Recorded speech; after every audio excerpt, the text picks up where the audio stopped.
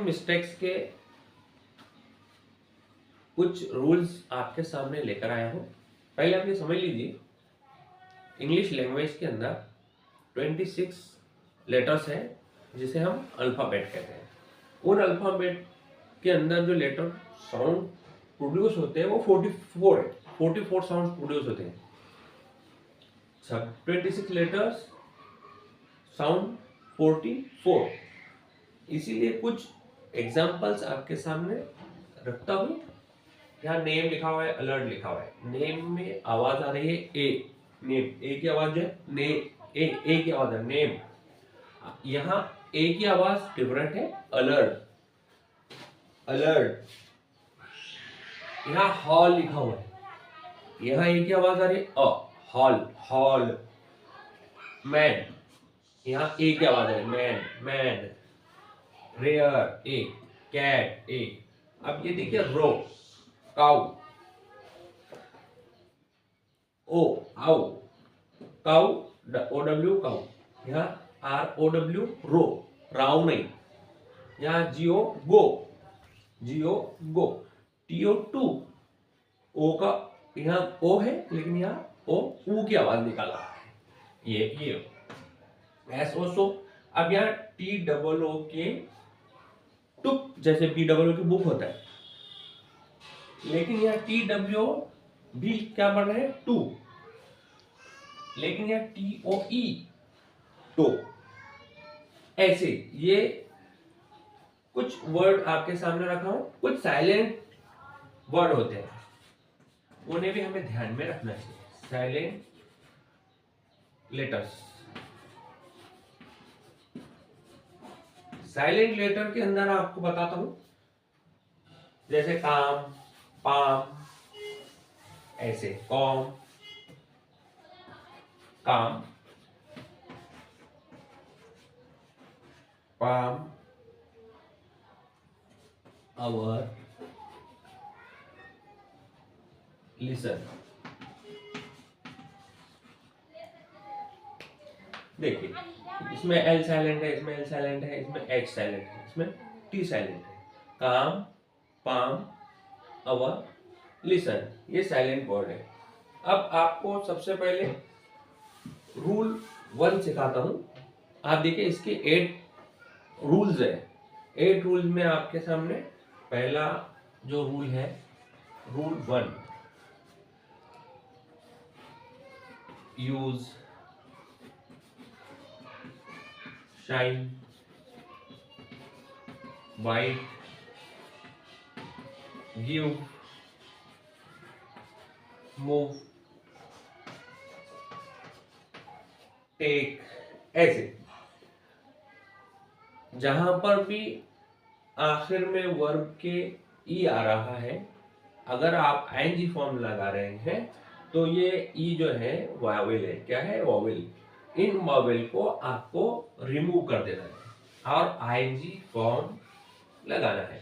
जैसे यहाँ यूज लिखा हुआ था तो यूजिंग हो जाएगा, ई रिमूव हो जाएगा। यहाँ शाइन लिखा हुआ है तो शाइनिंग हो जाएगा। यहाँ बाइट है तो बाइटिंग हो जाएगा, ई रिमूव होगा, आईएनजी फॉर्म लग जाएगा। गिविंग में भी आईएनजी फॉर्म लग जाएगा, मूविंग में भी आईएनजी फॉर्म लग जाएगा, और टेक का ई निकल कर आईएनजी फॉर्म लगकर टेकिंग हो जाएगा। ये था रूल 1। रूल 2 देखिए आप। रूल 2 के अंदर अगर लास्ट में डबल ई आ रहा है, 2 वावेल आ रहे हैं, तो वो चेंज नहीं होंगे। ये देखिए F L double E, flee, S double E, see, ऐसे। ये रूल 2 है। एग्री। इसके अंदर आप जब भी आईएनजी फॉर्म लगाएंगे तो क्या होगा, आईएनजी फॉर्म डायरेक्ट लग जाएगा। Playing, playing, seeing, agreeing. ये था हमारा रूल 2। रूल 3 में अगर वर्ब के आखिर में कंसोनेंट के पहले वॉवेल है और बाद में कंसोनेंट है, ये देखिए ई, ई, यू, यू, आई ये जो है वॉवेल है, लेकिन उसके बाद में T G N T T ये कंसोनेंट है। तो ऐसी शक्ल में उस वक्त हम कंसोनेंट को डबलिंग कर देंगे, डबल कर देंगे। जैसे यहाँ गेट है तो गेटिंग बन जाएगा और उसमें आईएनजी फॉर्म लग जाएगा। बैग है तो डबल जी लग जाएगा। रन है तो एन आई एन जी लग जाएगा। कट है तो कटिंग डबल टी होकर आईएनजी फॉर्म लग जाएगा। और सिट है तो यहाँ पर भी डबल टी लगकर आईएनजी फॉर्म लग जाएगा। ये था सिटिंग। रूल 3 आपने देखे, आपके सामने मैं फिर से लेकर आया हूँ। रूल 4, अगर किसी वर्ब के आखिर में कंसोनेंट हो और उसके पहले 2 वावेल हो तो उसमें कुछ भी डबलिंग नहीं होगा और आईएनजी फॉर्म सीधा सीधा उसके अंदर इंक्लूड हो जाएगा। मैंने यहाँ पहले से लिख के रखा हूँ। जैसे फील का फीलिंग बनाया हूँ, वेट का वेटिंग बनाया हूँ, मीट का मीटिंग बनाया हूँ। इसमें कहीं भी आपको double D double L weeping double P नहीं नजर आ रहा है, डायरेक्ट आईएनजी फॉर्म लग गया। क्यों? क्योंकि 2 वावेल के बाद में एक कंसोनेंट है। Weeping, raining, schooling. ये था रूल 4। अगर किसी वर्ब के आखिर में आई ई नजर आ रहा है, जैसे यहाँ डाई, लाई, टाई, वाई, इनमें आपको आखिर में आई ई नजर आ रहा है, ये आई ई आईएनजी फॉर्म लगने के वक्त रिमूव होकर वाई में चेंज हो जाएगा। ऐसे डाई, डाई यानी मरना, डाइंग, लाई, लाइंग। देखिए आई ई वाई में चेंज हो जा रहा है। टाई, टाई यानी मारना, लाई यानी झूठ बोलना, टाइम। वाई, वाई कंपटीशन करना, किसी से रस्साकशी मुकाबला करना, आमना सामना होना, वाई, वाई ये वर्ड है। ये रूल हमारा 5 था।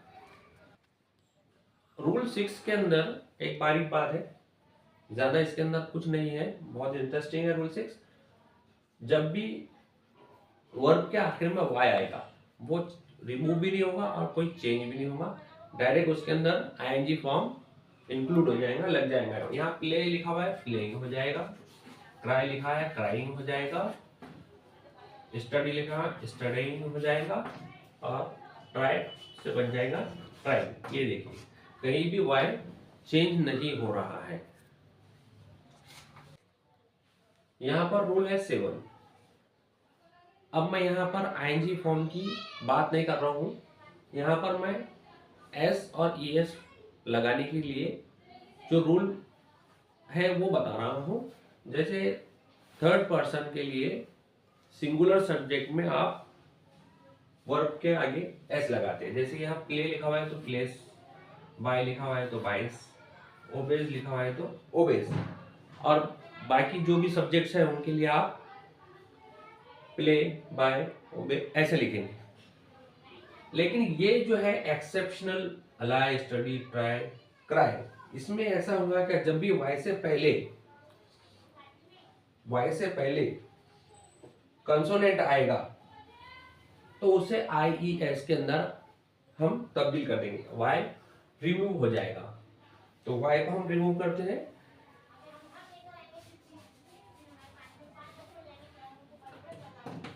अलाइज, स्टडीज, ट्राइज, ये है ट्राइज। नजर आ रहा है आपको। ये था रूल 7। अब आपको हम रूल 8 दिखाते हैं। रूल 8 जो है बहुत सिंपल और बहुत अच्छा रूल है। ये देखिए, देखिए जब भी एक लॉन्ग ई का साउंड हमको निकालना है, ई का साउंड, ये ई और लंबी ई, लॉन्ग ई का, तो इसके पहले आई आएगा, बिफोर ई, फोर लॉन्ग साउंड,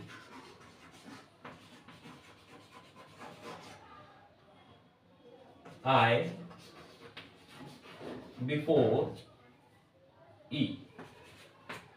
लेकिन इसके उलट एक और है कि जब अगर सी आ रहा है यहाँ पर लॉन्ग साउंड में आई के पास में या ई के पास में, तो हम उसको सी ई आई लिखेंगे, और यहां पर हम आई ई लिखेंगे लॉन्ग साउंड के लिए। अब ये कैसे लिखना है हमारे को, जैसे यहां पर देखिए मैं लिख रहा हूं